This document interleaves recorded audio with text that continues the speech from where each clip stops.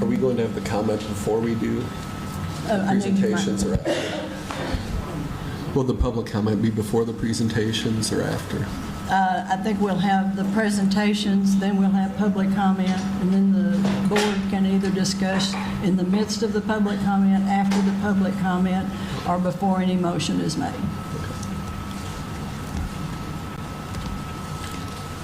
I move to hear additional public comment at that point in time. Okay, we have a motion to hear public comment before it occurs on the agenda. All in favor? Oh, do I have a second? Second. Second by Ms. Dean. All in favor? Aye. Opposed? Okay. Ms. Freno and Dr. Hernandez.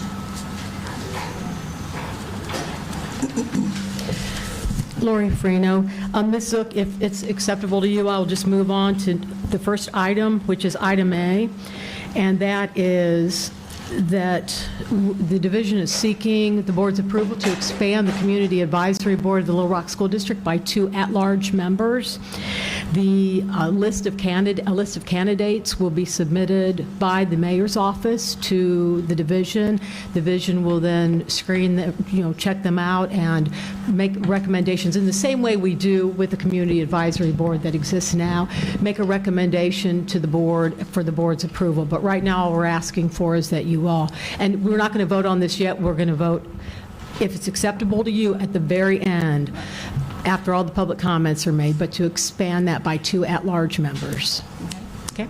Does anybody have any comments or questions on this item? Yeah, to that, Madam Chair, if I may, this is something that goes back a couple of months, that when you all were discussing the expansion of the board to 9 members as we approach the November 2020 election and reconstitution of the district, there have been some public comment and other comments expressed about the makeup of the Community Advisory Board and maybe allowing some additional community input there. So this was an idea to present to you all to see if it was something you would be open to and could approve, and then we would work with the mayor's office to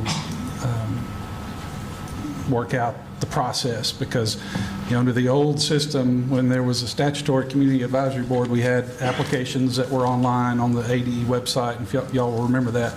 So this is a little bit different, but in keeping with what we had talked about, or at least in some of that public comment, felt like this may be something that we could present to you all as a way to continue gradually working into the turn back of the district to local control back in November of 2020. Question. So am I hearing you say that instead of applicants, these 2 positions will be appointed once they're recommended? Well, they're appointed anyway. That the process for appointment, rather than taking those applications, would be the input from the mayor's office. Right. And the mayor's office could use those applications that we have if they want to, and we are certainly open to them using that process. We just haven't explored that with them until we actually have that conversation with you all. Yeah, I think that I obviously want the community involved.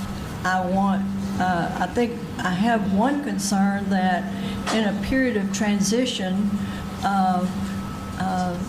people coming on that have not had the Community Advisory Board experience during the time of the intervention, it would be a pretty steep learning curve with regard to that. But anyway, just something to think about as we proceed on. Ms. Alice Ford? Can I ask a question on that? Sure. Will there be training for those individuals once they are appointed prior to joining the board? Yes. We can? Okay. And that will be done by the department or the district, or worked out Both. in In the past, we've done both. We've had part of that training was performed by the department, part was conducted by the districts.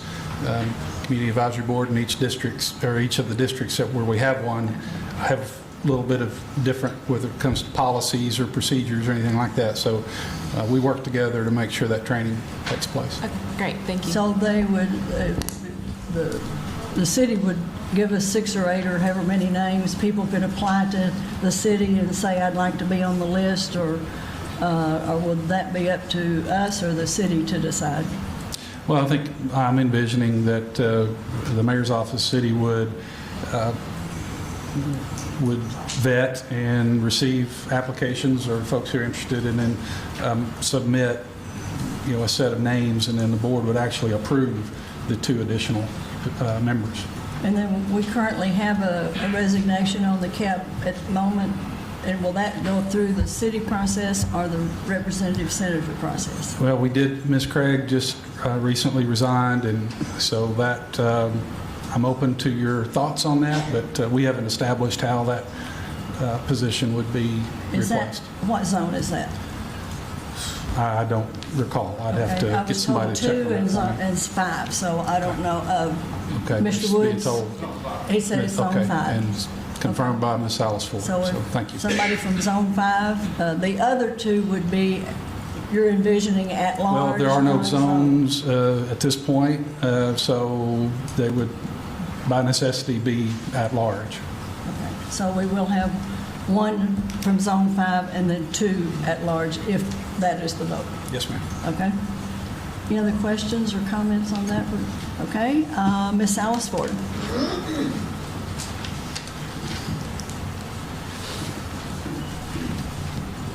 Thank you. Courtney Salisford for the division. So as you all know, you voted to return local control to the Little Rock School District through the election of a 9 single-member zone board in the November 2020 election. One of the things that we provided to you all is the timeline and process for how that will occur leading up to November 2020. All of these dates are required by statute and things that have to be done in order to get to that process. One of the main things that we have to achieve is development of those 9 single-member zones. Since previously the local board was 7 members, we are starting from scratch and developing 9 new member zones. Obviously, that's not our expertise, and so we contacted Arkansas GIS, Geographic Information Systems, which is the state agency responsible for maintaining school district boundary maps. They, after looking at the data and our request, came up with 3 different options of 9 single-member zones. Each one of those was presented to you in a map form. Each one is based on a different method or a different basis on which GIS came up with those. The guide, I guess you could say the guiding principles that they used in developing these 3 options was to make each zone as compact as possible, to maintain contiguous territory with each zone, meaning there's no islands or nothing that's, not touching land-wise. Each zone should include communities of interest and who share commonality, so not trying to split any well-known or well-established community. Maximize the degree to the degree feasible. Any use of existing physical boundaries, so existing roads, rivers, anything that could be used as a natural boundary, using that in identifying board member zones. And then as to the degree feasible, attempting to coincide with other electoral boundaries, such as existing election precincts. And the reason for that is because it makes it easier for the clerk's office when establishing the voter zones, already has that type of information blocked off. So they have existing voter blocks that that map, if that was the way the board decided to go, would already have that information and wouldn't be starting from scratch. So with each of those 3 zones, there's pros and cons to each. We can discuss those if you would like. You were provided with updated maps yesterday that contained the racial demographics information that we just received from Arkansas GIS. Just a note on that information, that is 2010 data, and that is because the law requires that the zones be based on the most recent decennial census data, and the last time that was done was 2010. So that is the data that we are legally required to use, even though 9 years later is probably very different. We cannot take that into consideration legally. Now, 2 years from now, when the 2020 census data is made available, if there are any significant differences or you see anything that is significantly unequal based on racial components and the population data, then the school district at that time would be required to revise these board member zones.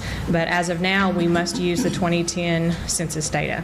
And again, all of that was provided to you along with each map, and I'd be happy to answer any questions that you might have. Okay. Mr. Peckron? I think this is less of a question than a comment. I certainly understood what was intended to do with the election precincts. I understand not wanting to overburden the clerk's office, but looking at that as an attorney, I see some districts that have a 4 to 5% variance, and I don't think a court would allow that to go through. I have some real concerns about those being too uneven. I like the idea, but I don't think as it turned out, it's acceptable. I don't know if there's any tweaking that can be done on that to smooth it out. The DDB district is 4.12% high, and the JJE district is 4.99% low. If there's any way to smooth those down to closer to 2, which I think is closer to what a court would find acceptable, I think. So you're saying it's more appealing to you on the lowest variance as opposed to those that have such a wide variance? Well, I mean, I think, generally the rule for election districts is they're supposed to be as even as possible. And I think 5%, which, we've got one that's 5% less than other districts, I think that falls outside the bounds what a court would find acceptable. And if there are some minor tweaks to a couple of these districts that can be made, I still like the idea of using election precincts if possible. And I think with a couple minor tweaks, that would be the best option. Okay, right. So these are drafts, so adjustments can be made in discussion and consultation with GIS. To your point about a court, obviously we never know what a court would decide. We did look at past cases and found that 5% was the maximum that they would allow to be and still be considered substantially equal. So that's why we made sure to not go over 5%. But obviously, as you pointed out, 4.99 is very close to that number. I just think with a couple small tweaks, you could probably get it a lot closer if possible. Okay. And still not excessively burden the clerks.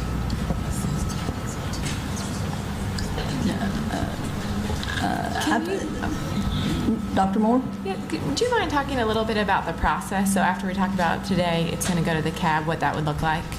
Yes. So we're presenting these to you today, of course, to get your feedback and input. They then will be presented to the Community Advisory Board so that they can, of course, review these and provide input. They will be directed to hold community meetings so that the community can provide feedback as these as well. These are available on the division's website, so if anyone is not able to participate in a community meeting, they can provide feedback through the LRSD feedback email that we have established and monitor. Once all of that information is provided, of course, all of that will be compiled and considered. The commissioner will make the final decision on the final map, and then that will go to the Pulaski County Election Commission for approval. That has to be approved by them, and they said that could take them up to 2 months to do that, given their meeting schedule. And then it goes to the Pulaski County Clerk's office to get ready for the election, and all of that has to be done before May 3rd so that candidates will know what zone that they could be possible for and begin collecting signatures. That's helpful. Thank you. Okay. I think the only tweak that came to mind as I studied this is that rather than the suggestion, because this was we initiated this to begin with, is that the CAB's input and the public input come to us based on the public feedback, and then we make the final decision in cooperation with the commissioner, but not solely taking us out of it at that point. But, we can talk about that as we go along. Okay? And on to the draft MOU. Ms. Freno and Ms. Hyatt.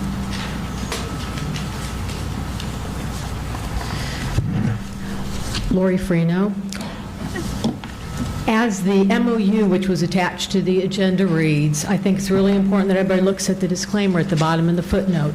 This memorandum of agreement is a working draft and has not been reviewed and approved by all proposed parties. This draft will change as we receive feedback from the Little Rock School District community, we're sure, as well as this board, the Little Rock School District itself, and the city of Little Rock. So what this is this is not intended to be something that's ripe for vote today. This is intended to be is just like a framework, kind of I keep calling it a skeleton, just something to work off of, and so I'm just placing it before this board today to start the conversation.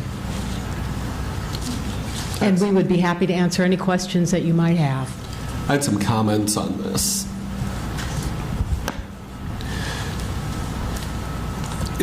To me, it was unfortunate. I understand under FOIA this had to come out. I thought it was unfortunate that it came out when it did, because this MOU was not what I had envisioned last month when I made my motion. When I made a motion to return the board to local control with an MOU, what I had in mind was a few,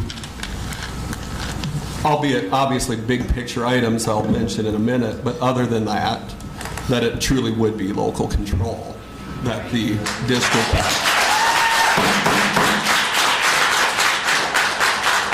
Y'all should probably let me finish before you applaud. That's true. So, I do think that there are a lot of things in the MOU that are good ideas, but I don't think they're things that we should be dictating. I think there's a lot of good things there in terms of organizing the community to run schools, for example. I'm not sure that at this point, I don't think we as the state board should be continuing to run those schools. At some point, we've got to let the district take control, take charge. What I see is an MOU with a few, what I would call guardrails. And this is the part where you probably won't applaud. But I see, for example, a guardrail on changing principles. I see a guardrail on recognition of a bargaining unit. I see a guardrail on litigation while they're in level 5. And the other thing on that is, I think at some point we have to give this district a clear set of ideas. What do you need to do?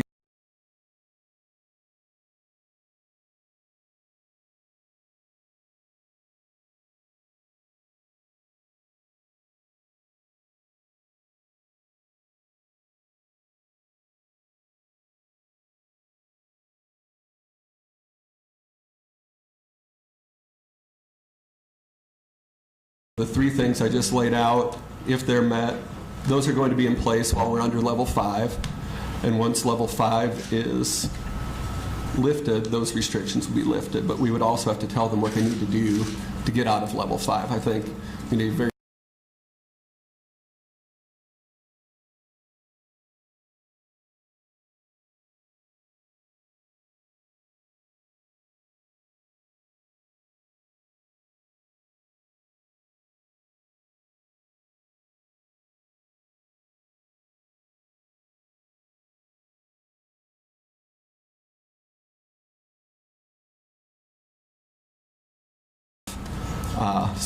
I'm not planning to make that as a motion today, but what I'd like to see next month is my sense would be a revised MOU that looks more like that. The one other thing I'd mention is I've heard a lot of discussion about including something in here about charter schools. I don't think that we as a board have the legal authority to impose any sort of limit on charter schools. I think we're required by state law to evaluate each application as it comes in on its own merits. I don't think we can artificially agree to any sort of cap. If people want a cap on charter schools, I think that's something that would have to come from the General Assembly and not from this board. Okay. Ms. Newton? My questions that I had were around the community school model. I had a lot of questions on how it would work and members and who would be making decisions. So that was where my biggest area of questions was, that I was unclear on, was in that section. Okay. And Mr. Pepperon, I know we've tried their best to give you everything that we have, but you know there was exit criteria, qualitative and quantitative, and you're saying if that is being monitored or adjusted or changing in any way, that be gotten out sooner than later. Well, the draft MOU says that the state will work with the district to develop a set of exit criteria. Right. Whether they're existing criteria that are spelled out or something that's worked on, I think they need to be clearly stated in the MOU and not something that's put off for The another statement day. of it, not necessarily change it, but maybe change it, just make sure it's clear. Yeah, I'm not sure what those are. I think those are conversations that we would need to have. Okay. But whatever they are, I think they need to be clear. Ms. Newton, did you have anything further right at this moment? Those were my questions. Dr. Hill? Ms. Dean? Ms. McFetridge? I think my question is, again, working with the PPCs in our schools and making sure that each school is represented on the PPC panel. I think that's, in my heart, that's really important, knowing that there's a teacher in every building that's represented on this committee. I brought that up. I did check with districts larger than Little Rock, districts about the same size, and districts smaller, and the general consensus from those superintendents would agree with that. I know that the date for application or submission has passed, but with the vote of this board, I think we could reopen it. I think a lot of the teachers who are not a member of LREA are asking that we consider that because they don't think they'll have an opportunity to be on this initial board where the bylaws will be established. So I tend to agree with what you're saying. I've seen it work, and I know it works well Okay. when everyone's working together. So, Okay. Thank you. Okay, so Okay. for Mr. Williamson? All my concerns have been addressed. Okay. Dr. Moore? Yes, I think it's a limitation of our model, of a board model, in which we can't have conversations outside of up here. And so I've been grappling in my head. I haven't had enough time to flesh this out with the department. Can we have a work session? Should we have a subcommittee? I would like to ask questions of the mayor's office, of more staff. And so I don't know which work session or subcommittee or whatnot, but I would like to have more time as we have these discussions. I think what I'm hearing everybody say is they would like a work session where we can flesh out things and then maybe bring back something for when we have an official meeting to do a vote or not, but we'll see how it goes from here. Okay. Ms. McAdoo? Well, I have a lot of questions. One, I'm very interested in your definition of community schools. That's the first thing. Secondly, when you were talking about PPC and having representation from every school, so are you envisioning 41 people on this body? Like, how does that work? Well, I've seen it work in Close the Spring- microphone. I've seen it work in Springdale. They don't have 40, I believe they have 30. And it works very well, where each member of the PPC committee goes back to their school, shares information, gets the feeling and the vote from that school, and then brings that back to the full committee. They discuss and move forward with the majority vote. So it's worked very well. Okay. Well, okay.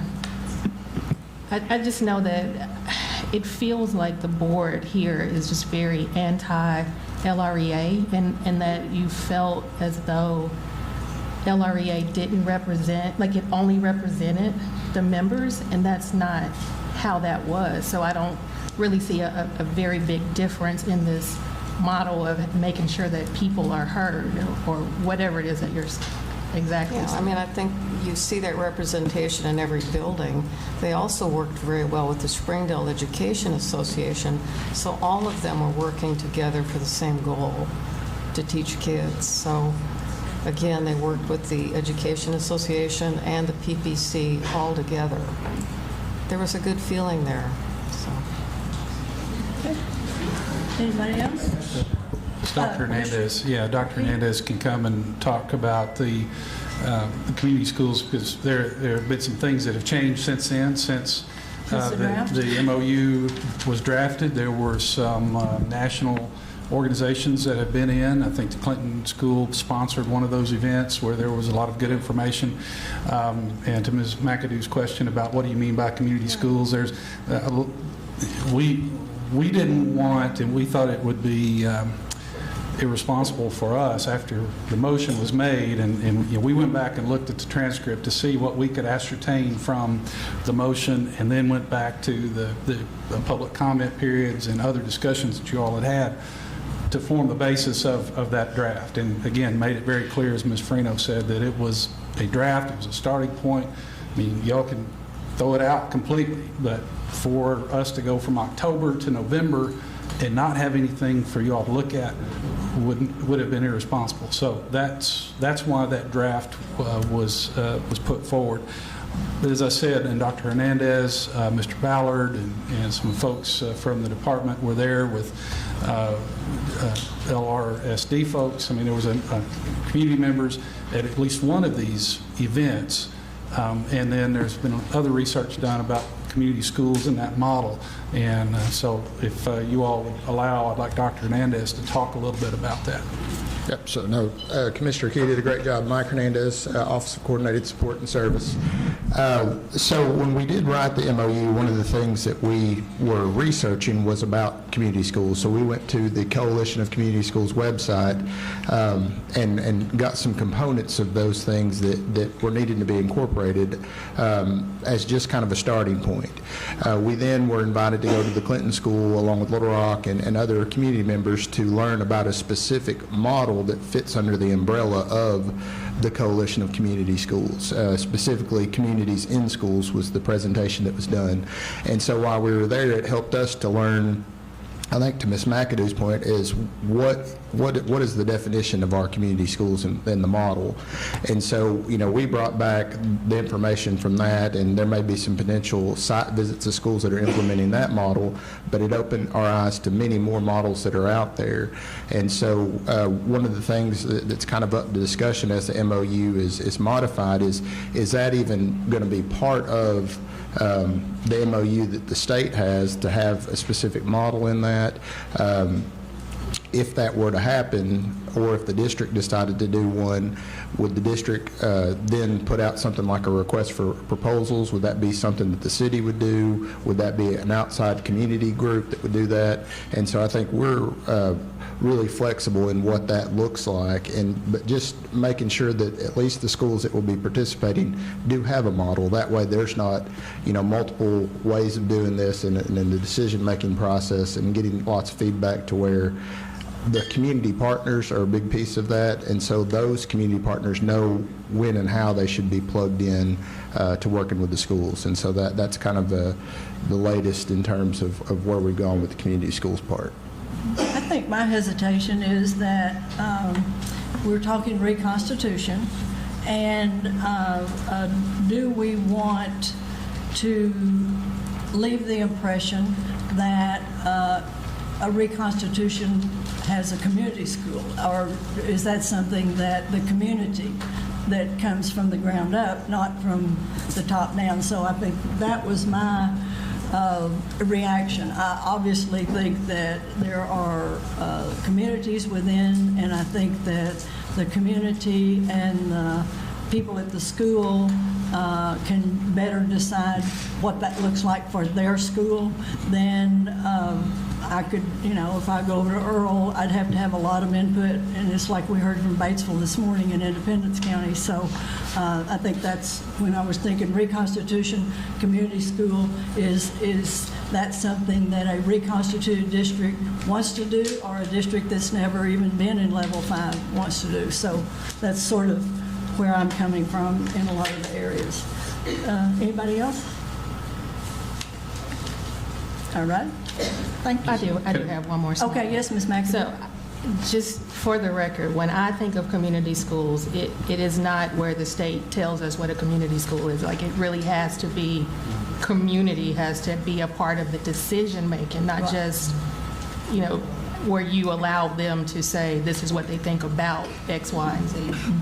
And I think I don't know if it was the intent. It's like trying to figure out the intent of legislators when they pass a law. But I think,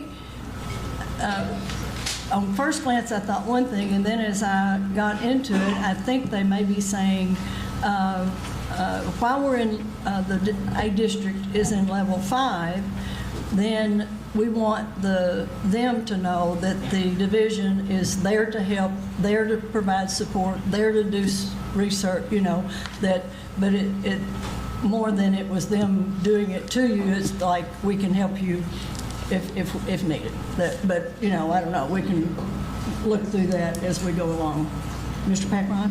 I was just going to say, I think what Ms. McAdoo is saying now is what I was trying to articulate a few minutes ago. I think that, I think the ideas of these schools of most significant need, having all these resources poured in from different locations, from the city, from the state, from the school district, I think that's all great things. I just think at the end of the day, at this point, I don't think we should be steering that ship. I think the school district and the city need to work together, and then we serve as a support role and help do whatever we can as the state with the resources that we have to make sure that that gets done. Like pilot projects in different districts with PLCs and the different things that have come, and then they, give us input. This worked really well, this did not work well, and, what you might need at Central might be different than what we're going to find at Southwest, or different from Romine to Washington, and then it may have more in common than it has differences, but, get your faith-based community, your boys clubs, and the parents, work with them on that. Okay, next we have Mr. Before we leave that topic, Secretary. Madam Zook, I think the department or the division could use some direction. Sure. So whether it's now or whether it's at the end of all the subtopics, would appreciate the board. Last time we kind of had to extrapolate what you all wanted, all right? And so this discussion has been helpful, but if it is a scheduling of a work session or a series of work sessions or something like that, we don't know how to modify the MOU at this point without a lot lot more clarity. Right, I agree. And that is not your fault. Or That if is we not- even have an MOU, Right. that is, so that'd be very helpful to us. Okay. I think, I said earlier, the 3 guardrails that I think should be in there. To me, the MOU should basically be the 3 guardrails, a set of exit criteria, and that's it. It should be on a page. Now then, we didn't have a link for this on the Little Rock attendance zones. This is a result of the court order that was brought by the Covington and the settlement there. This was not something that was prompted by the state board, but I did ask that someone from this board as well as from the CAB be able to give some input. And Mr. Poole, are you going to do the presentation or someone else? Anyway, this is the requirement by the court that the high school... Your mic went out. That then my mic went out. Just when I made the switch for You last teach year, us. I'm getting it right now. Okay. Can you hear me now? It's all Mr. Hernandez's fault.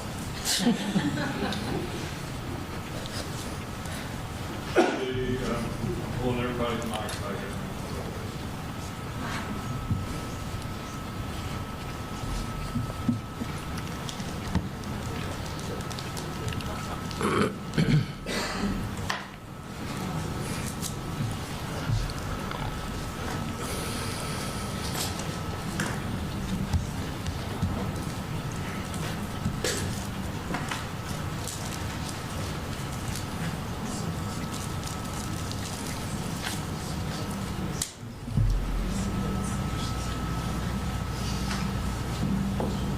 Should be good to go now. Okay. This is a result of the Covington court case that required the Little Rock School District redraw their high school attendance zones and/or reconstitute and make them tell me exactly the word where you had to make it draw your zones without making it racially, what was the word? We, I did it again.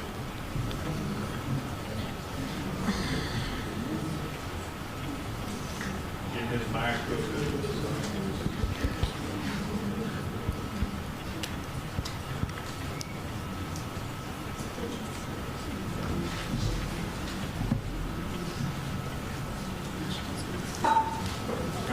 You're good.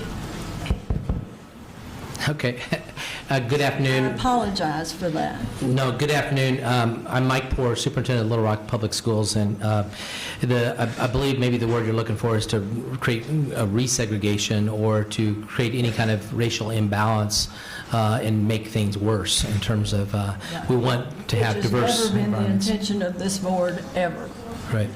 So what we have, and I don't know if the PowerPoint is ready to come up, that would be helpful, and that will help guide through the slides that I'd like to deliver that kind of give you an idea of a model that we will present, and then work on that at our Community Advisory Board meeting next week, and make that, we'll have all these documents live and public by no later than tomorrow morning, so that people can access them and be able to dive into the details of it. So I'll go ahead and begin on this, that the justification, and Ms. Zook, you're correct, that really there's actually two things that are driving the need to modify our attendance lines or making changes to the boundary. The first one is that, if you can go ahead and advance one slide, please. The first. On that at your podium. Okay. Well, and you'll see in a minute that this gets a little more complicated, that we have to kind of come in and out, so it's actually helpful to have a driver. The first justification is that we have a blueprint that was approved, and you see that it was approved in both January and February because our Community Advisory Board approved it in January. The Commissioner then approved what the blueprint represented in February of 2019. Additionally, the other reason why we needed to do the blueprint is that as the opening of Southwest High School, one of the things that came up in terms of the agreement was to say that we would modify our attendance lines, and we knew that we needed to do that in one respect because of Hall High School, which you'll hear is a real key component in all the adjustments that we're going to make in terms of what we're trying to think to improve the situation at Hall. If you'll advance to the next slide, the intentions for any kind of attendance zones changes is we don't want to have any form of resegregation. We want to improve feeder patterns, which is something that all districts strive for, and larger districts have a harder time, or even districts with growth have a harder time trying to create feeder zone patterns. And so as you review this, that's kind of one of these are all standards that we want to try to fulfill. We also want to enhance school choice options for our parents so that we have more things that make the district attractive, either to bring in families or to hold on to families.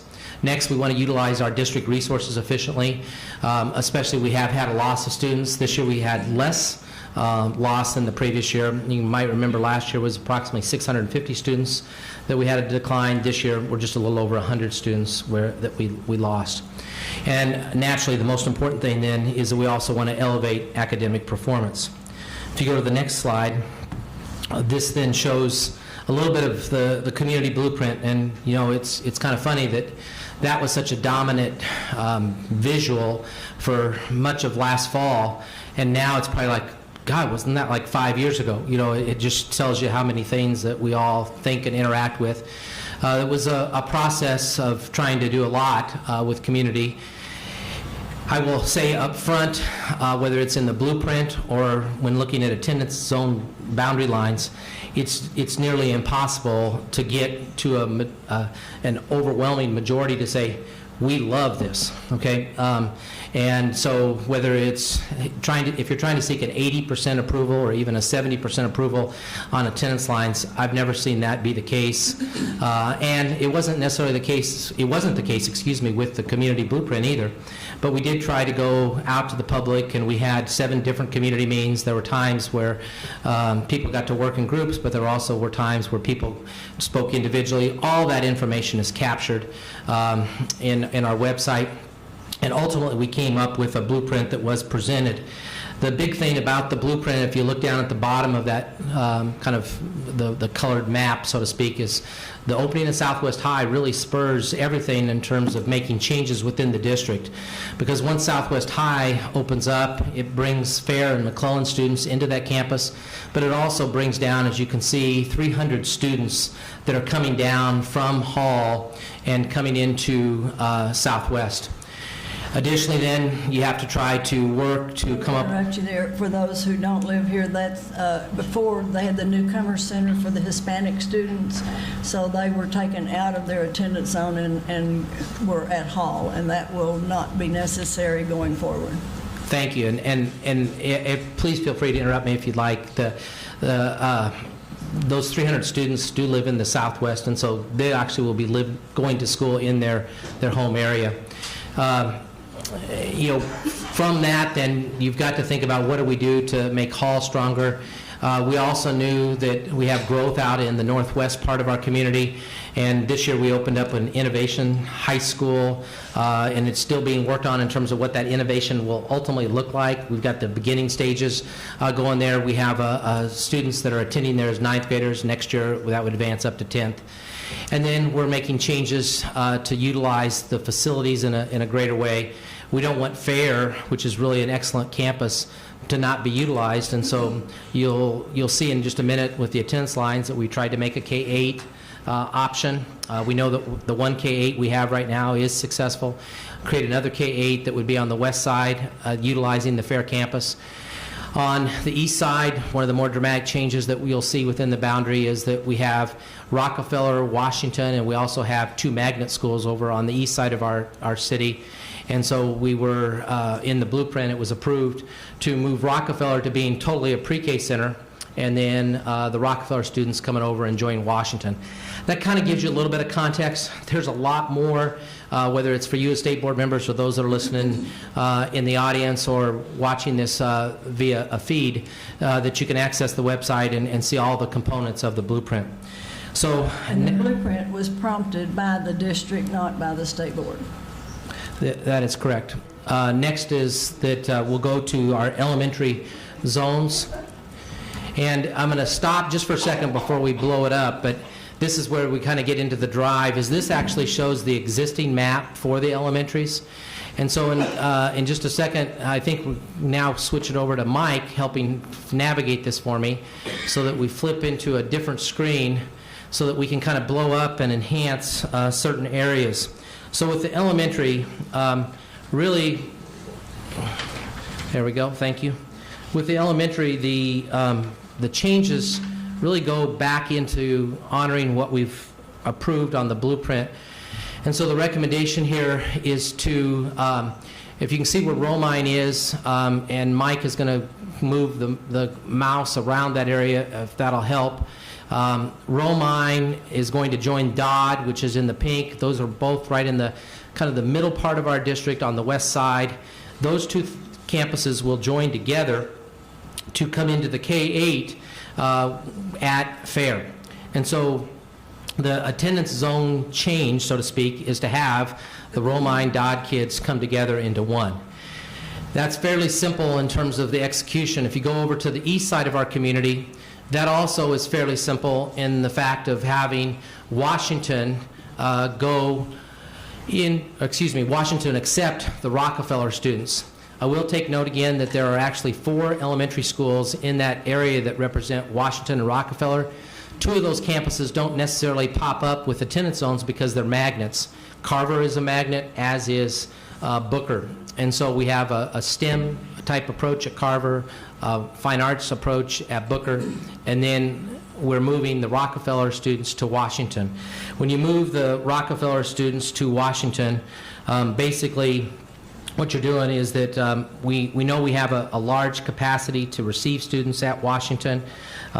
We also know that really when you look at just the attendance line and transportation, we are not making anything that's a drastic transportation delivery or modification for the students, because Washington students already are traveling from all over. The Rockefeller students are fairly close right there. and we would be able to receive all those students into one campus. If you kind of take it back out just a little bit, Mike, and go to the south, the other thing that I will make of note, if you can kind of hover around the Meadowcliff and Baseline area, in the blueprint, it was shared that we would like to make another K-8 at the McClellan campus. McClellan is a high school that will no longer have kids next year, but we also know that McClellan's not a good campus. We also know within the lawsuit, Cloverdale Middle School's down that area, and it was identified as our #1 priority that we have to do something about in terms of a facility change.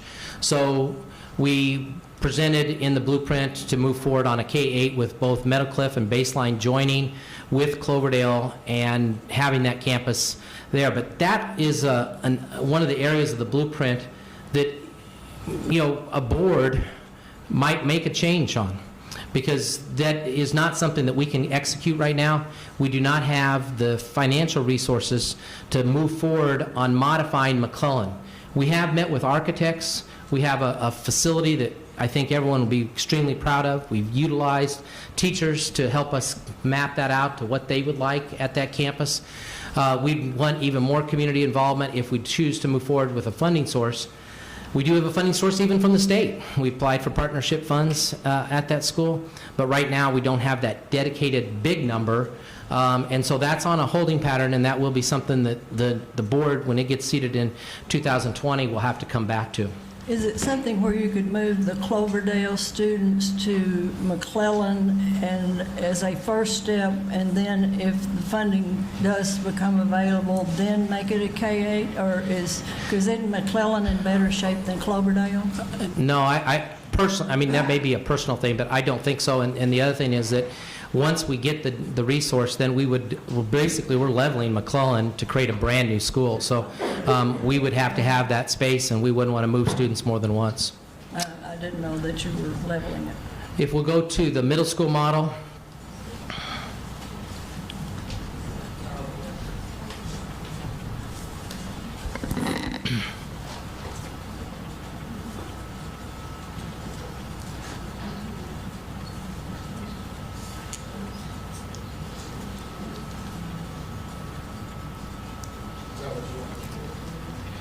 Yes, it is.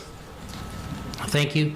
And if we'll go back to where the K-8 is, really the K-8 begins where the kind of turquoise green color is, because that is our current Henderson attendance zone. And you'll see that the Henderson attendance zone does drop farther south. You can see a green highlighted area that drops south to encompass what is the Dodd attendance zone, so that we bring in the elementary that's already going to go to that school, and so that everyone knows that as they start that K-8 that they have a guarantee to be a part of the K-8 that will be at J.A. Fair. So the attendance zone looks like it's a fairly large area, but one of the things of note is that if you look, and Mike, if you can kind of show where the interstate is that comes across the central part of our city, and then also show where Markham is, which is just directly north. In that area, and you probably have to scroll, there you go. In that area, anything, the students that we have going to Henderson above Markham, right now there are only 45 students that are accessing Henderson that are above Markham. So that it will be the largest transportation ride for students to come down to J.A. Fair, but we have a limited number of students that we're serving. So most of Henderson students that attend the school come from south of the interstate or south of Markham. So that is the one adjustment. The second adjustment that we will be presenting to our Community Advisory Board is over at Dunbar. There's a lot of folks that have at different times tried to say, well, the district's not investing in Dunbar, and that really couldn't be farther from the truth. We have invested quite a bit in that campus. It is an older facility, but it's an historic facility, and that's the last thing we would ever want to do, to lose that campus. We've worked to try to remediate the issues in the basement.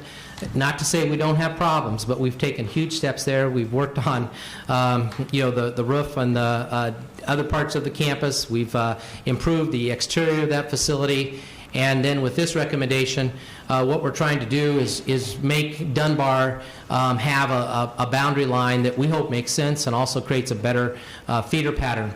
There's a very little small chunk at the very southwest corner, Mike, if you can hover around the area where it used to be Cloverdale, so it's the only yellow on the top half where there's that big white space. That little area right there contains 7 students. But those 7 students get shipped down to Cloverdale. So we just think it makes sense. We don't know why that. I can't find anyone that can explain why that little area was initially included for Cloverdale. But we can move those closer and have those students have an easier access into Dunbar than going down into Cloverdale. Do you know why the gold color is not touching? There's a gold to the right and then a gold to The Pulaski Heights area? well, Yeah, I'm going to cover that next. Okay, sorry. So you're just lead me into it. So the Pulaski Heights area to the right, that's one of those things that is an attendance zone that probably makes people scratch their head like, well, why is it the Pulaski Heights has that whole big stretch in the north and then it goes out and juts out into the east? We actually, under this proposal, will be looking at moving the students from that area that's on the eastern part of the city to be a part of Dunbar. We also know that that area, they weren't going to Pulaski Heights anyway. Again, we have 2 elementaries that are magnets, and so many of the students that are a part of those magnets then matriculate to Mann. So there's kind of a mix there of students that go to Mann, and we anticipate that will still happen. No matter what happens, even with the number of students right there in that area, we would not have a major issue in terms of them going into Dunbar. And then in Pulaski Heights, the other adjustment is that actually creates just a little bit of space for Pulaski Heights Middle School to take on more students. And Mr. Powell has done a great job at Pulaski Heights in terms of building people's belief in the school. We have more people matriculating from the schools in the northern part of Jefferson and Forest Park coming into Pulaski Heights than ever before. It's a really strong, diverse school and a good academic school, and so we think it will be fine. So that's the adjustment for the... Mr. Ford. Yes, I'm sorry. I'm right here. I'm sorry. I got stuck for a minute. On the other slide, when you were talking about Cloverdale, I thought I heard you mention that it was identified as your #1 priority structurally or something to that effect. What did you say would become of the students at Cloverdale in all of this? Are they still going to be at that same building that... I appreciate the clarification. Cloverdale students will stay at Cloverdale for the time being right now, but we know that is something that we want to change, and we want to have Cloverdale students eventually get into a brand new spanking campus that would be at McClellan. If we had the money today, we'd still probably be 2 years away from being able to open that campus. So we're going to have to work on that end of it. And the effort to go forward to the public to say we need additional resources, I think everybody in our community believes in that thinks this district needs additional resources. The board that was in place in 2014 did a study, and at that time they identified over $300 million worth of needs. Certainly we've taken a big chunk of those needs and been creative. We also failed in an election where we tried to extend the debt, but we need additional resources. And it's not just for fixing McClellan and fixing Cloverdale. Central has portables. We have growth in the Northwest. We have other campuses that on average age is 60 years of age, and so the reinvestment into these campuses are needed, and we're going to eventually need the public to support something like that. Okay, so, and I'm sorry, I kind of get stuck, but if I'm hearing you correctly, it was identified, you said around 2014, as being a high priority, and they're still in that same predicament, right? Is that what you're saying? We're We're shifting all of these other zones to other buildings because of whatever reasons, but those students are going to still be structurally in a building that has been identified for many years as being a high priority for improvement. Correct, and you know, one of the things I would tell you is that's why we went for the debt extension, was to tackle that. If we'd have received that money, which would have been over $160 million, we wouldn't be talking about the Cloverdale and McClellan problem. So, but that did not pass, and so when it didn't, what we had to do is try to work. We did get one thing done, which was even a higher priority than Cloverdale, which was McClellan, and having the students at McClellan get to a better campus. So the students moving from McClellan to Southwest, that's just going to be a dramatic game changer in terms of the facility that they will inherit. That was the number one priority that was done by the community at that time. If we go now to the high school, it's probably the one that will take us just a little bit longer, a little bit more complex to work through. I would like to present 3 options to you today that we will then present to the Community Advisory Board and to our community. All of the discussions that we're talking about on boundary adjustments would happen at the start of the 2020-21 school year. So the things I'm talking about, this is coming into play for next school year, if it's approved. That fits in with what the blueprint had also suggested.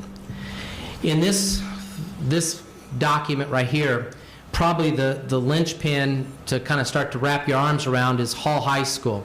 And so if you could circle around or kind of open up where Hall is, that in this model and subsequent models that will come later, with Hall High School, the approach we'd like to have considered is to have Hall become a total magnet school.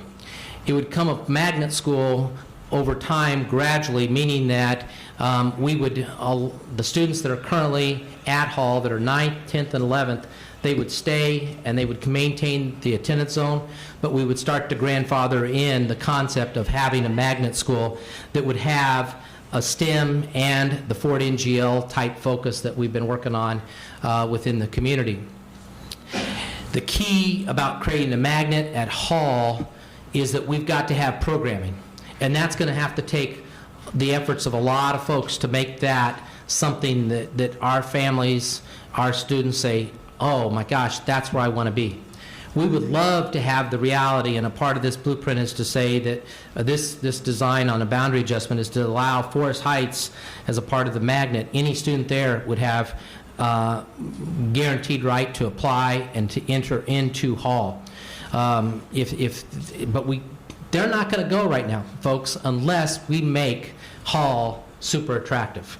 And so there's some work that has to be done, and I believe we will get help from the department on that. I believe we'll get help from the community on that, and but that has to be executed. Mr. Poore, can I Yes, ask you a sir. quick question?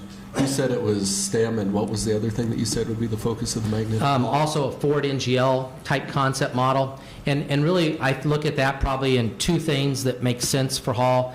One is a technology component that would come into that school, and because that fits in well with what's already happening at Forest Heights STEM. So we've got to have a tech piece on that, and what that might mean, that's still to be determined.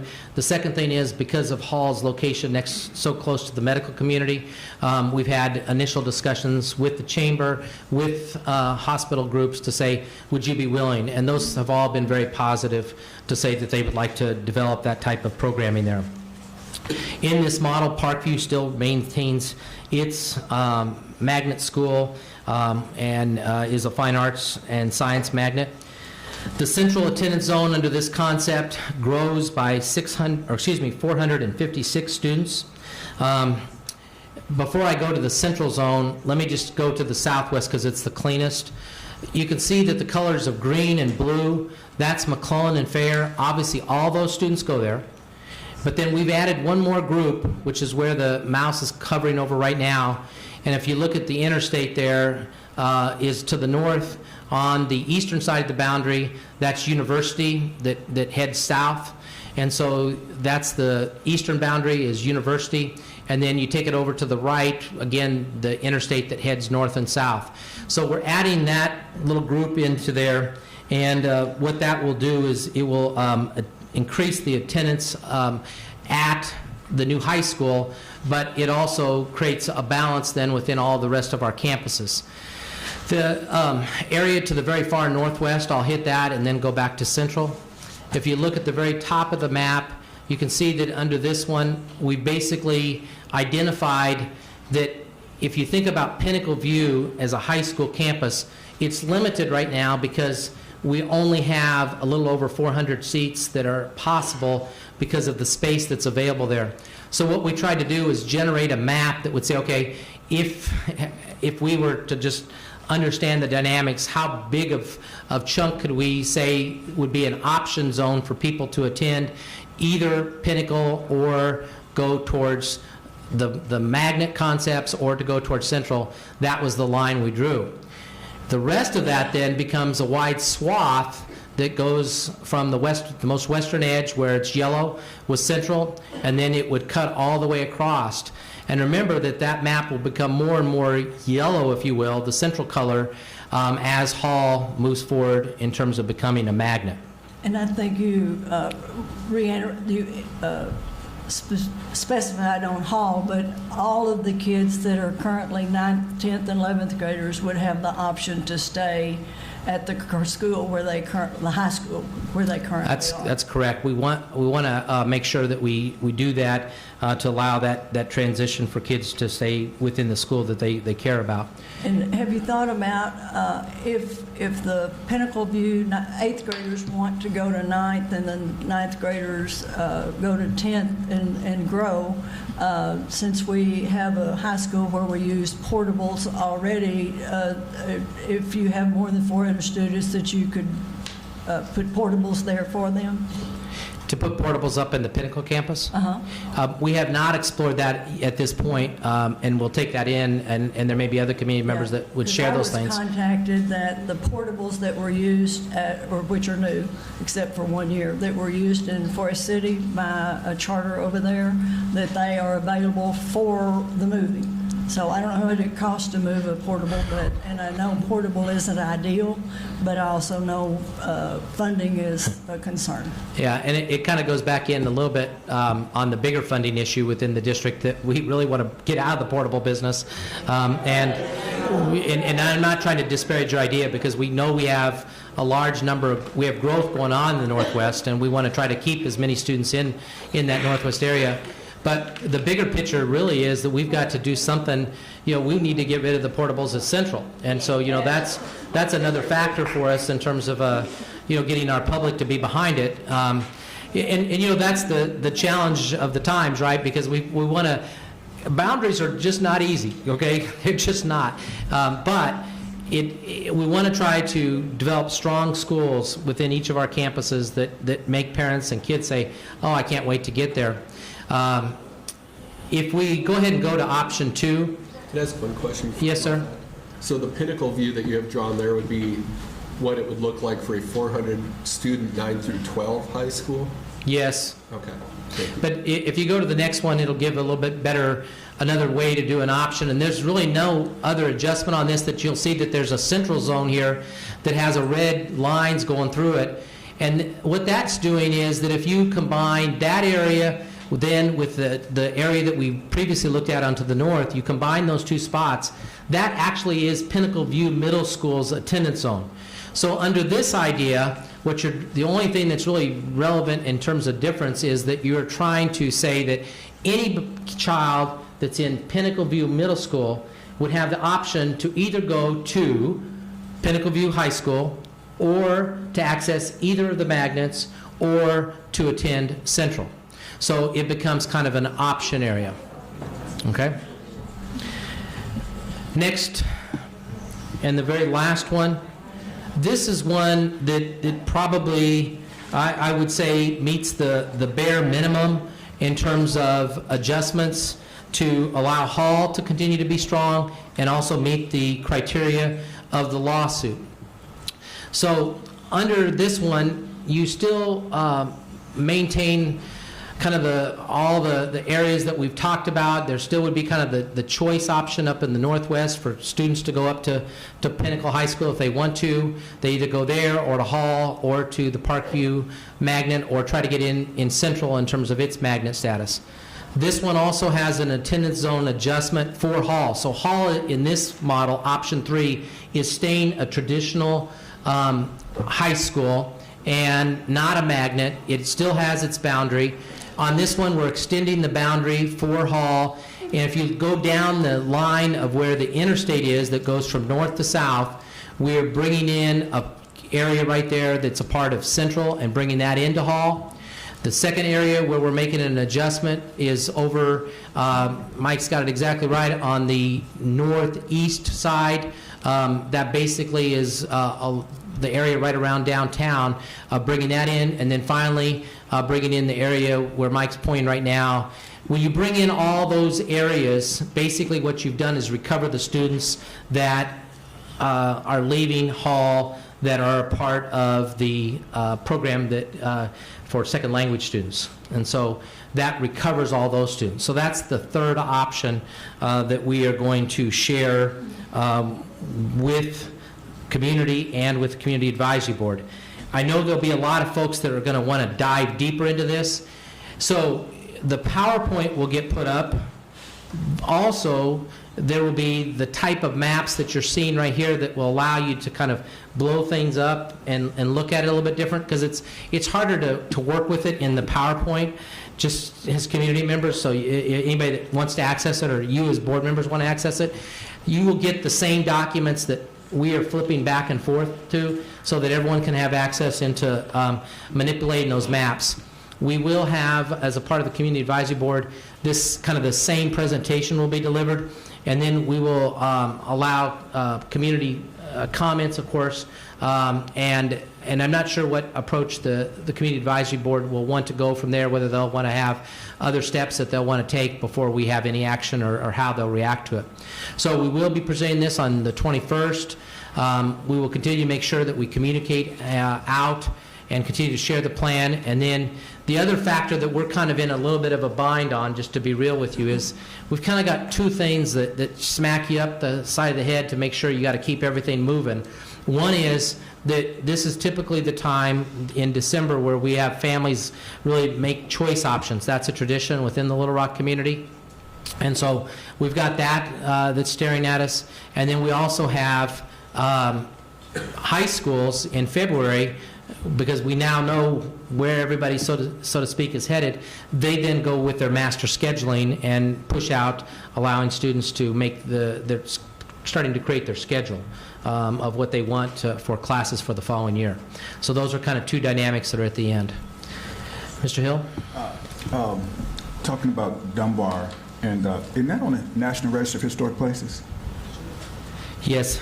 And so just from a funding standpoint, have you just keep in mind as you're looking at your budget for all of that, the historic tax credits to work on, I mean, at the end of it, federal and state, which could help you on that building if it's there, on the basement, those types, because I know you've done a lot in the community because I've seen it, but I just know sometime in state and federal historic tax credits, you can qualify for those, and banks have to use those. Just keep that in mind as something as you're working toward that funding source.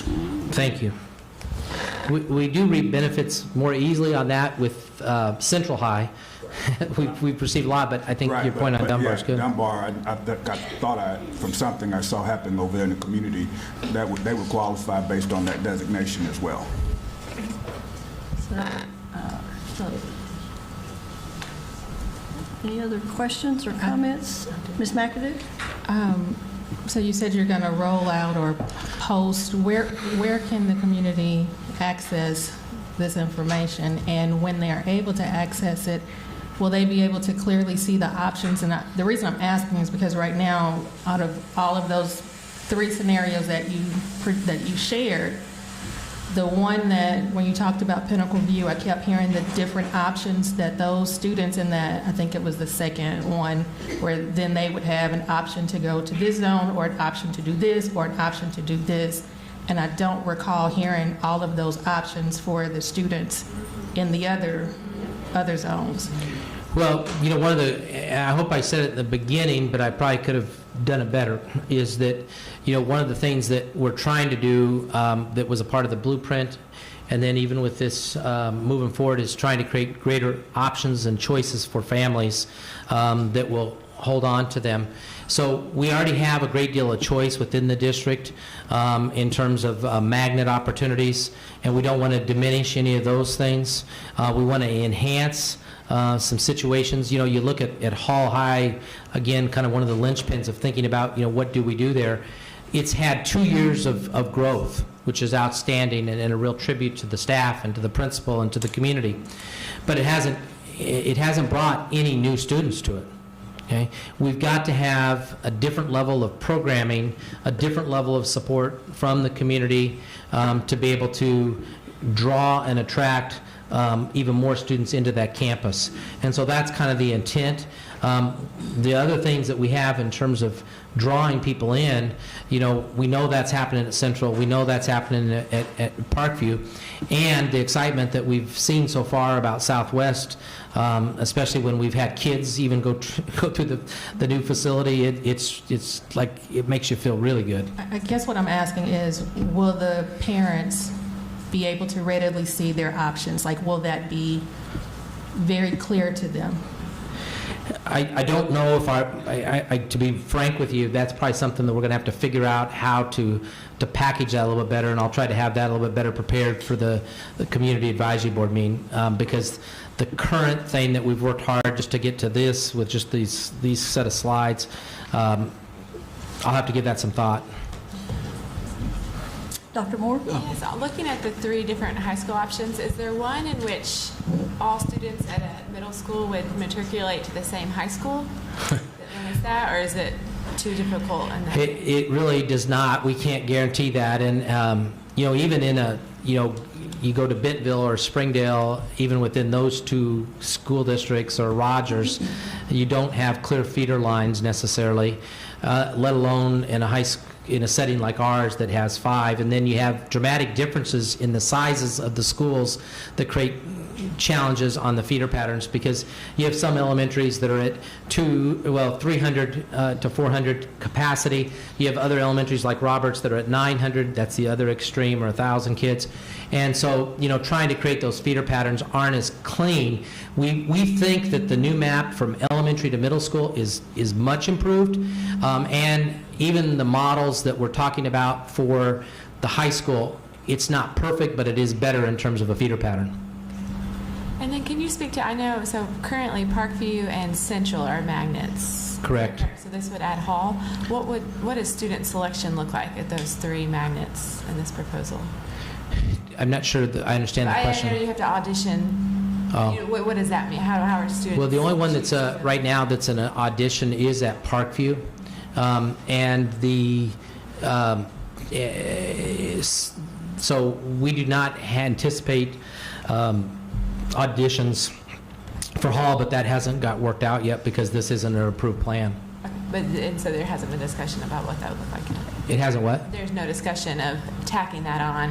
I have not, and none of our team have brought that up. We would like to have something that people are saying, we want to come there, and then we end up kind of trying to figure out how to go through a lottery to determine who gets in. That would be the ideal. I'd advocate student choice. That's great. Thank you.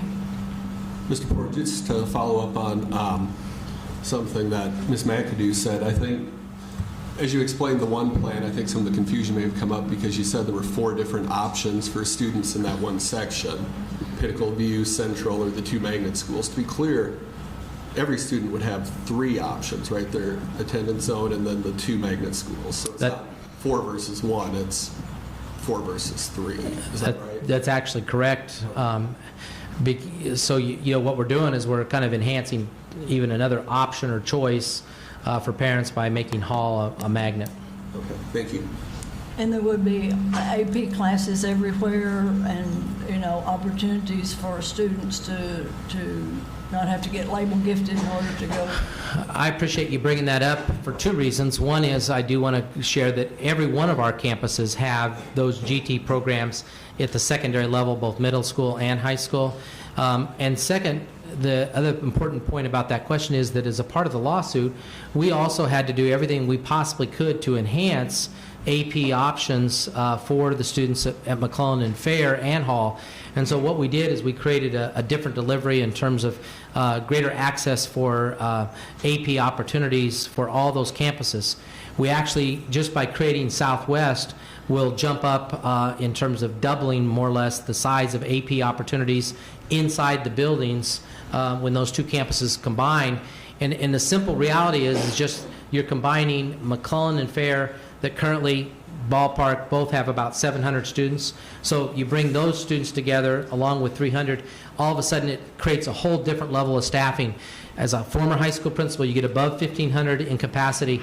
It changes the game in terms of what you can do in terms of your program offerings, everything from GT to performing arts and career programs. So if, back to the Ford NGL, if, because I think you mentioned it at Southwest, and you mentioned it at the, what I'm calling the K-12 magnet for Hall, if I am zoned for Central, or if I am zoned for West High School, will I have an opt-in opportunity to go to a school where there is a Ford NGL program? The challenge at Pinnacle is that the campus is limited in terms of size, and so you really can't develop. No, I mean transfer to where there is one. Oh, to go absolutely. To Hall or to go to Southwest if my school didn't offer it. Yes, under school choice opportunity, yes, you can. We also know that Parkview is looking at Ford NGL in terms of what they may want to do to enhance their own science and their own fine arts. They're an exploration of it. Central has kind of been has not moved forward on that at this point in time in terms of looking at it in a deeper way, not really looking at it in terms of a new delivery for the 2020-21 year, whereas Southwest, Hall definitely are, and it looks like probably Parkview will as well. Yeah, I think one thing as I was studying the pattern, which is Nashville, that they're sort of playing off, is that, for example, at Central, there's almost 37% in need of support. And what they discovered is some of those students were needing more reading instruction. They needed more to look at an apprenticeship or an internship, and then that in turn, they had students that went through the program, got a trade or got a licensure, and then they could pay for their own college if they decided to go to college. So I just wanted to be sure that that we were looking at that for some of students at schools where they didn't have a program. Yeah. Ms. Dean? Just to go back to Ms. McAdoo's point, that's something that I've also mentioned in our family and community engagement, is ensuring that our parents are made aware of all of the options they have within the school district. So I'd like, that's something that we definitely want to focus on. So I'd like to partner with you.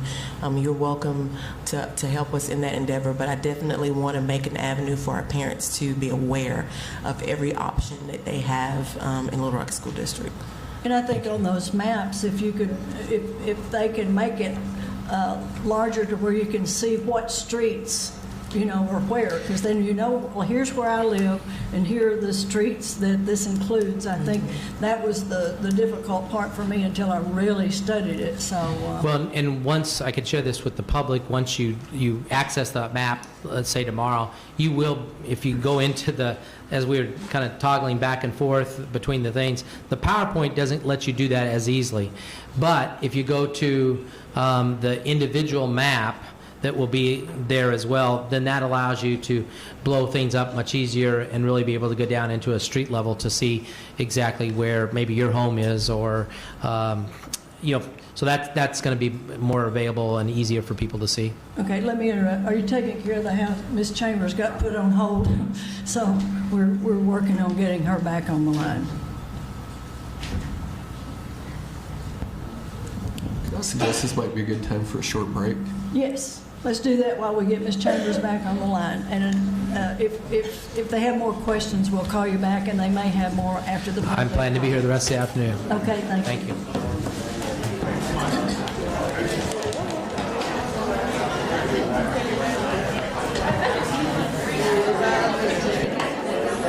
Welcome. service is provided by freeconferencecall.com. Please enter your access code followed by the pound sign.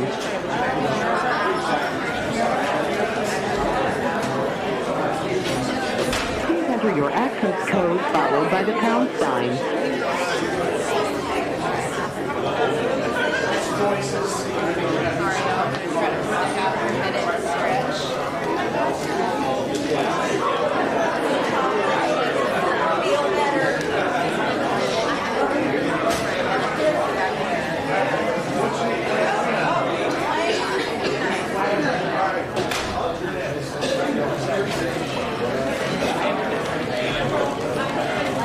Welcome. This service is provided by freeconferencecall.com. Please enter your access code followed by the pound sign.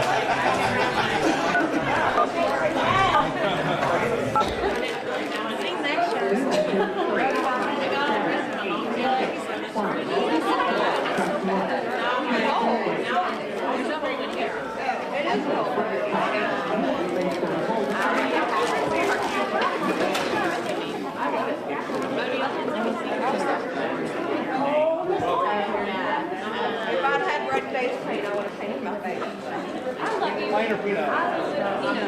I love you. Hi, lovely lady. Yeah. I did sign up. I did sign up about the what? It's such a real. Yes. You have 7 fillers, and then you get off my neck. Yes.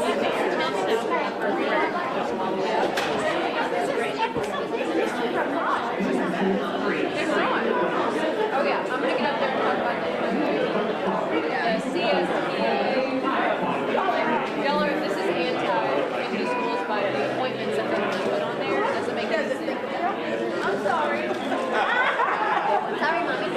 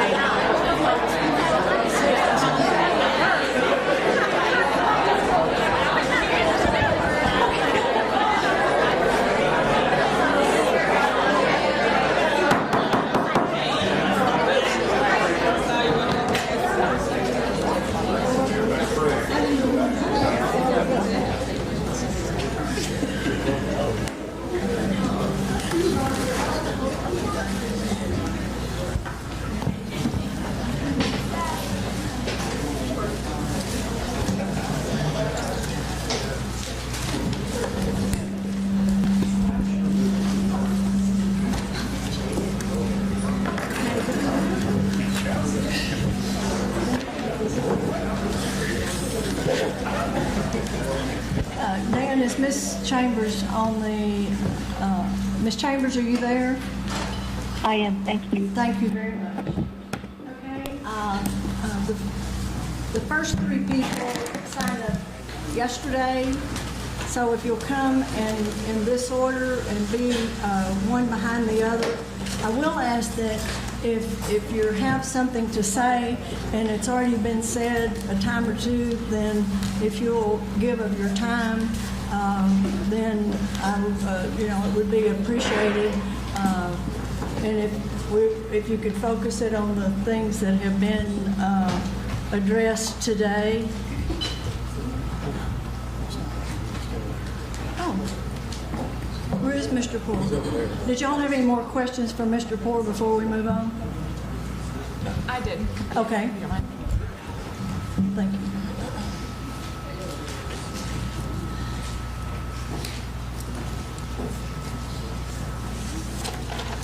Thank you for that presentation. Your next step is to present this to the Community Advisory Board, and then what happens after that? Well, we're going to try to educate people as quickly as possible because we are under a little bit of a time crunch of what the possibilities are, gather the feedback, and then make a final recommendation. Whenever we make a final recommendation, we'll have another chance for community to give feedback to that proposal before we submit it to the commissioner. Okay, thank you. So if you could present it to the CAB at your November meeting, have a couple of weeks for community feedback, then y'all will have a meeting in December, yes? That's kind of where we're going. We may want to try to generate an earlier meeting just because of the timing piece on the choice element to try to keep everything going. So Yeah. that's a little bit of the confines we're under. Yes. So we're all headed to no later than mid-January, parents knowing, principals knowing, scheduling, all of that. At least knowing the school that they have as their choice or what their attendance line, their home attendance line would be. Okay. Anybody else? Just Mr. one thing, and the map's not there anymore. I don't know if they can bring it up, but it doesn't matter.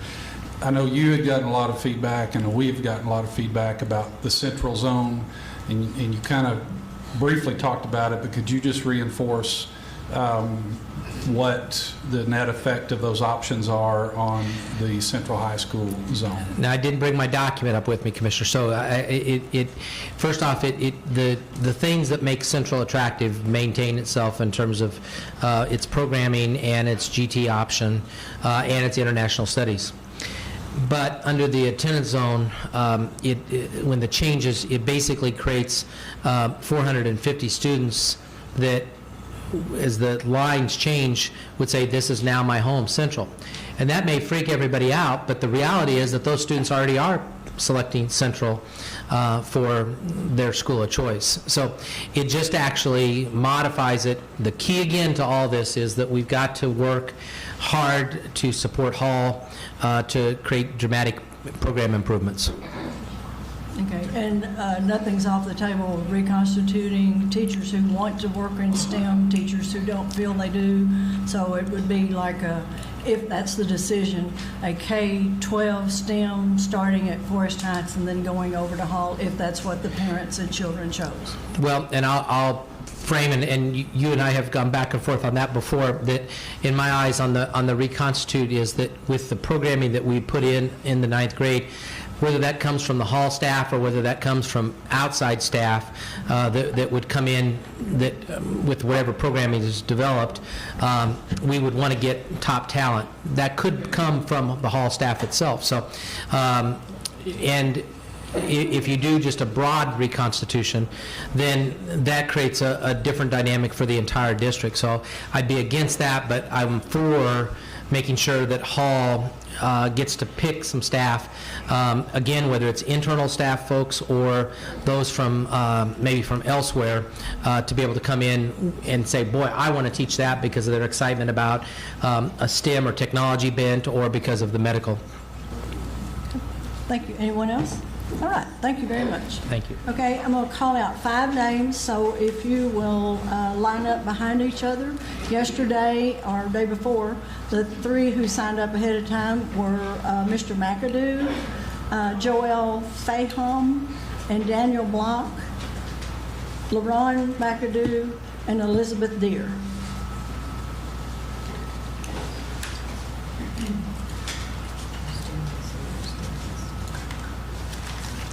Go. If you will, state your name for the live streaming public. Yes, my name is Charlie Edward McAdoo, and good afternoon to everyone. As a former school board member, all that has been said here today to me could have been taken care of if we had not been taken off the board, with the exception of one dysfunctional board member that I had to work with for a little time, and I'm not going to call any names.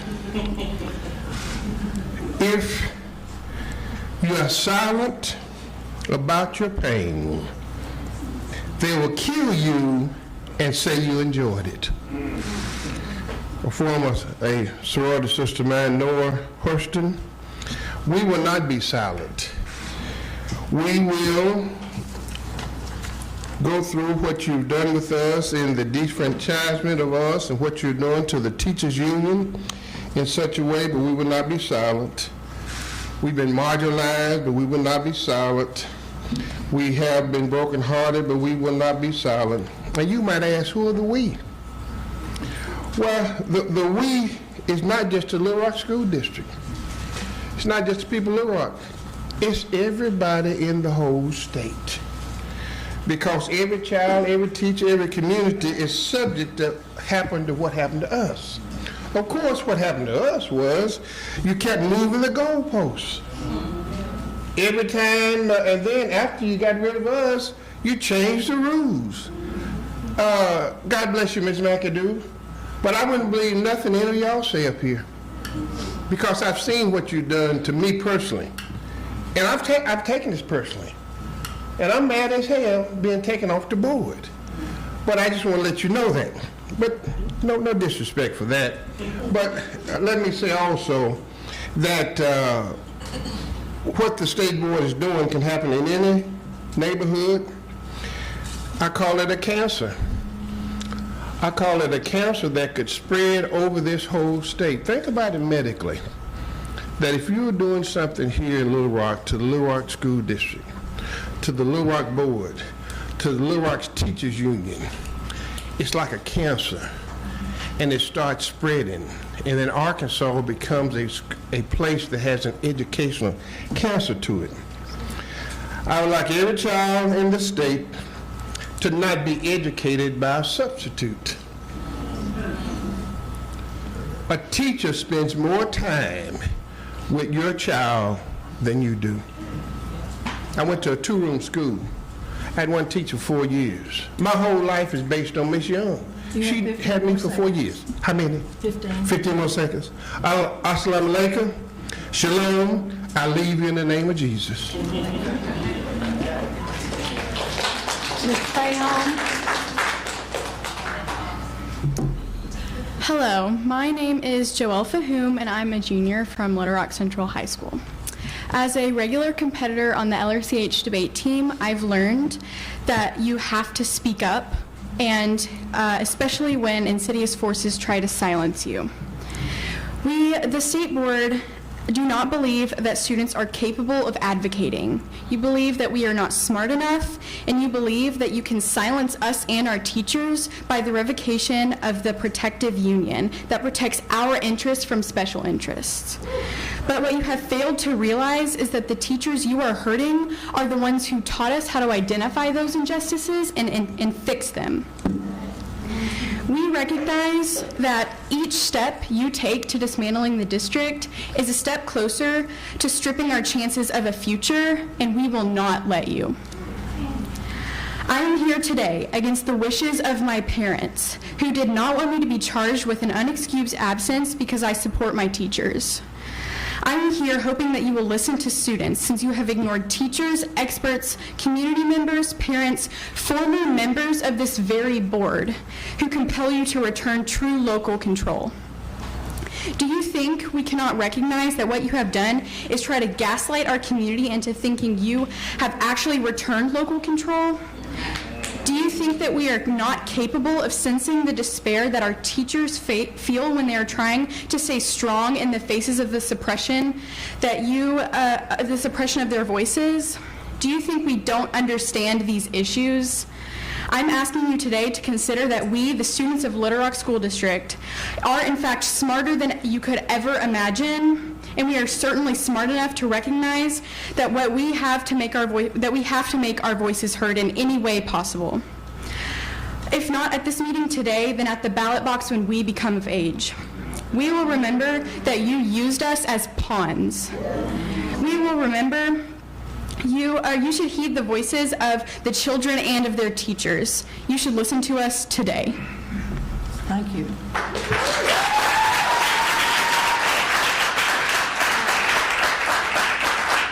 Elizabeth Deere, Leanne Wilson, and Charles Zook will be the next three. Mr. Blanc, you may start. Well, before I begin, I would just like to say I'm keeping track of time just to, keep up with consistencies. And I would like to acknowledge Mr. Key and thank him for wearing red for Ed today.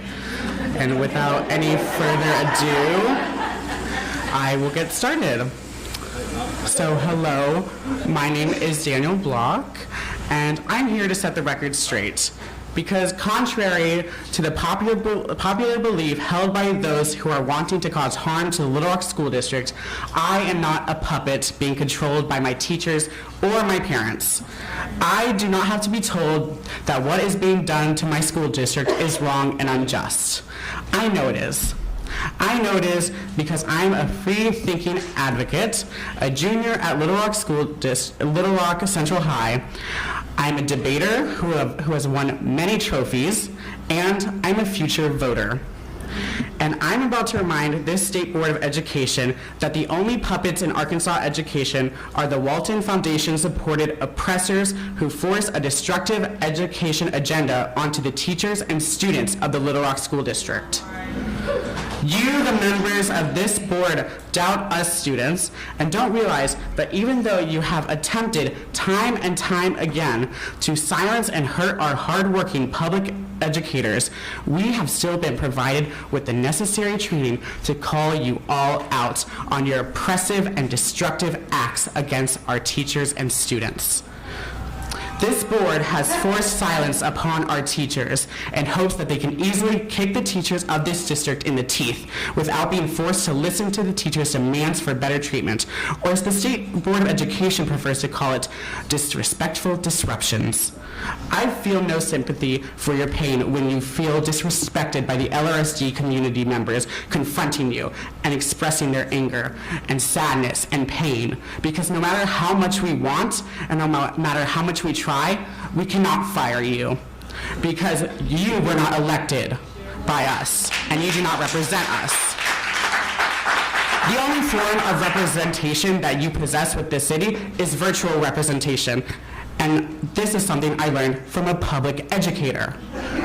We are supposedly represented by you due to the fact that the person who appointed almost all of you is our governor, which the majority of Pulaski County voted not to elect.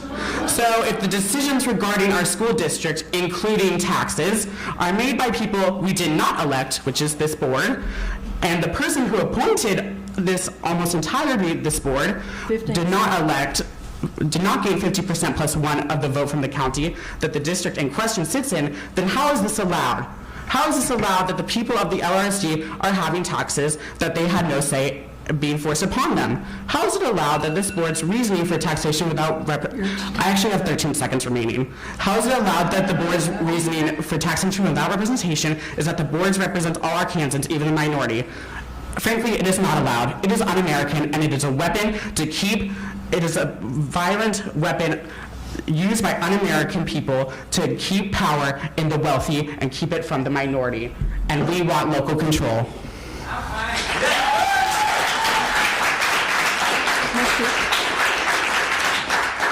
Ron McAdoo. Hello, board. My name is LaRon McAdoo. I want to love, and I do, everybody. I wish I could like everybody as well. You can call this a poem of sorts. From a transcript of the governor, quote, "I never said I was a segregationist. There must be some time for tempers to cool and for intentions to die down and for people to realize that their extreme opposition efforts are futile. Like in the schools in Little Rock, they're becoming a shamble. I can't think of a word hardly suitable, strong enough to describe the conditions in the Little Rock schools at the present time, end quote. Although that was Orville Faubus, it could have been Asa Hutchinson. Two people noted for being great politicians. Two people who used the law to get around and undermine justice for schools. Two people who set in motion a crisis in Little Rock. I've heard someone even say, 2 peas in a pod. Governor, it's on you to be with truth. But I want to appeal to you, Mr. Asa Hutchinson, the one thought to be the puppet master, the ringleader, the orchestrator. What do you want your legacy to be? What light will the book of records shed on you? What headlines will history tie you to? How will the national news outlets cover your tenure? Will they lump you alongside the deniers of truth? The ones who did nothing, the bought and paid for, the racists who revealed themselves in 57. Governor, it's on you to be with truth. I hope they say, I pray they say, I wish they say. Before Asa Hutchinson decided to run for higher office, he recognized the city of Little Rock wanted to control their own destiny. He did what was right. He understood the government should be we the people, not we tell people. He sided with the will of people, not the bills and deep pockets. He allowed democracy to happen. He allowed for justice to happen. He allowed for the Little Rock School District to have a locally elected school board with full power. Governor, it's on you to understand we march with glory. We march with glory, glory, hallelujah. Since I laid my burdens down.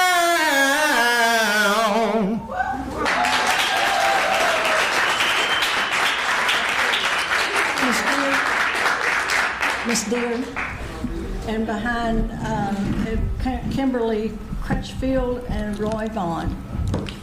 It's hard to follow that. My name is Elizabeth Deere. I'm a licensed certified social worker and a co-chair of the Central Arkansas DSA. This board is an occupation of a school district and is not considered representation of this school district. The fact that you continue to hold these meetings and vote on life-altering agenda items can only mean that we've allowed you to feel emboldened by the echo chamber of your surroundings. I'm here to remind you that we in the community will not slow our efforts to stop your resegregation of our schools and the ignoring of the collective power of people who stand on the higher moral ground. Our children and families deserve our voices.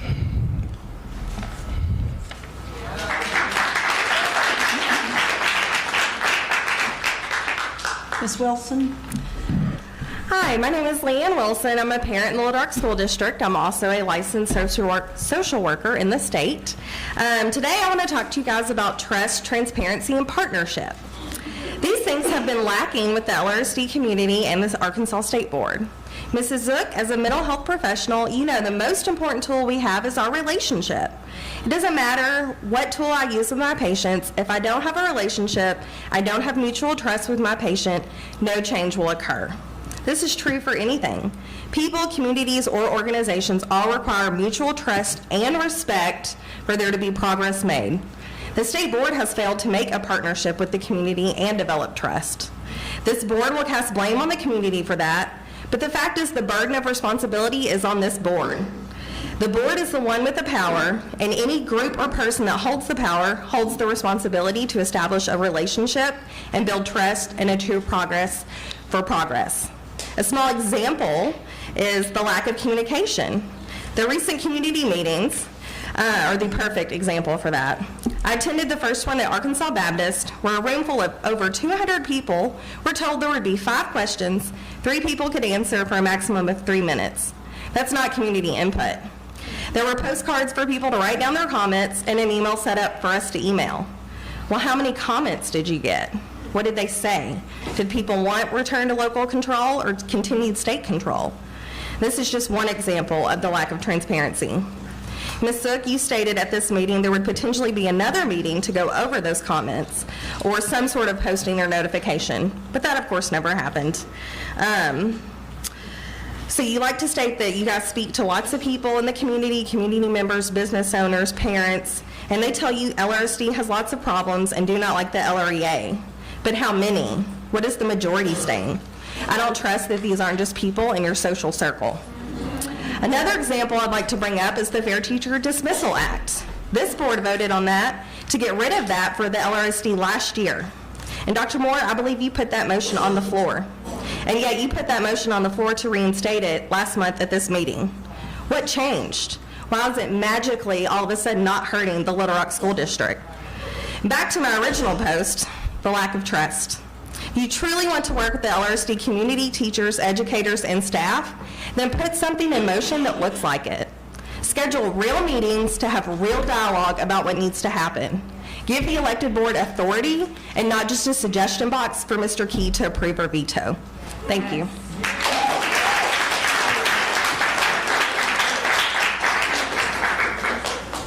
Charles Zook, and then we'll have Kimberly Crutchfield, Roy Vaughn, Allie Nolan, and Reverend Allen. Come here, boy. Sit. Okay. Good afternoon. Thank you for giving me 3 minutes to speak. As a former Spanish teacher, I'm going to teach y'all some Spanish today. Te conozco bacalao, aunque vengas disfrazado. May 5th, 2015, Johnny Key went on record saying, "I've been asked many times about a national search, and my response to that was, we need someone that can bring Arkansas solutions and Little Rock solutions to the Little Rock School District. That means we need someone who has Little Rock roots and Little Rock connections. I can think of no one better than Baker Curris." As we all know now, Mr. Curris was fired less than a year later, shortly after suggesting a comprehensive data-driven analysis by the State Department of Education before approving expansion of existing charter schools. To my knowledge, no such analysis has ever been done, yet charter schools have been continually approved, even to this day. On August 3rd, he gave you all a document he did not read at the meeting, so I'm going to read part of his conclusion.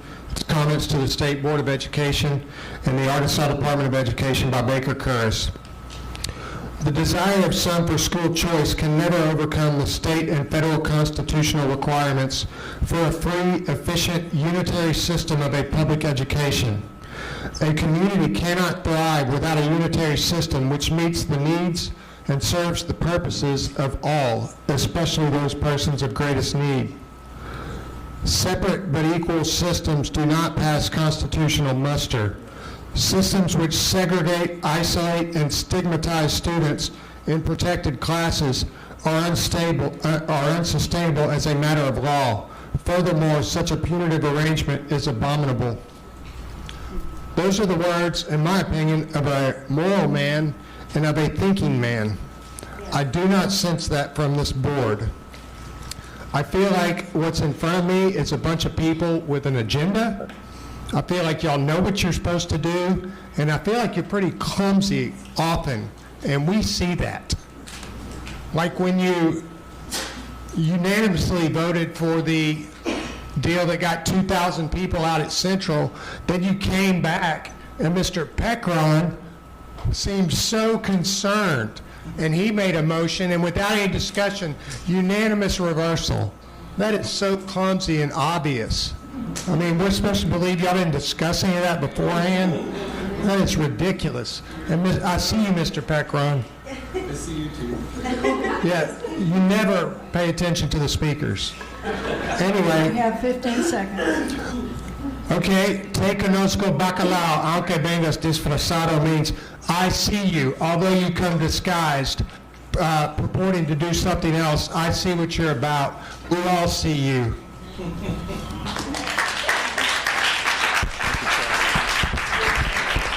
Ms. Crutchfield?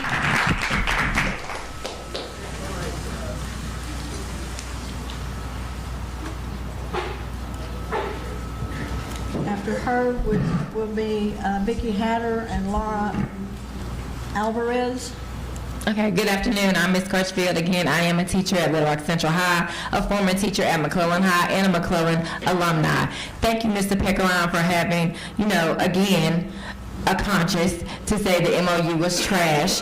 But the only thing I want to disagree with you about is the exit criteria. The exit criteria needs to be obtainable or applicable to you all, not us. You all need to know we will ask for help when we deem it necessary. The LREA, again, speaks for all teachers, Ms. Moore, not just the one that pays dues, okay? If we get a raise, guess who gets a raise?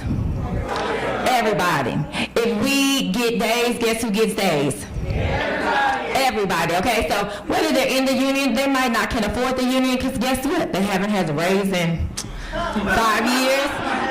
Go and look at some of the classified contracts. Some of them make $20,000 a year. Could you live on $20,000 a year? And that's what we were at the table negotiating when you all put out a negotiation. You didn't want to give them a raise.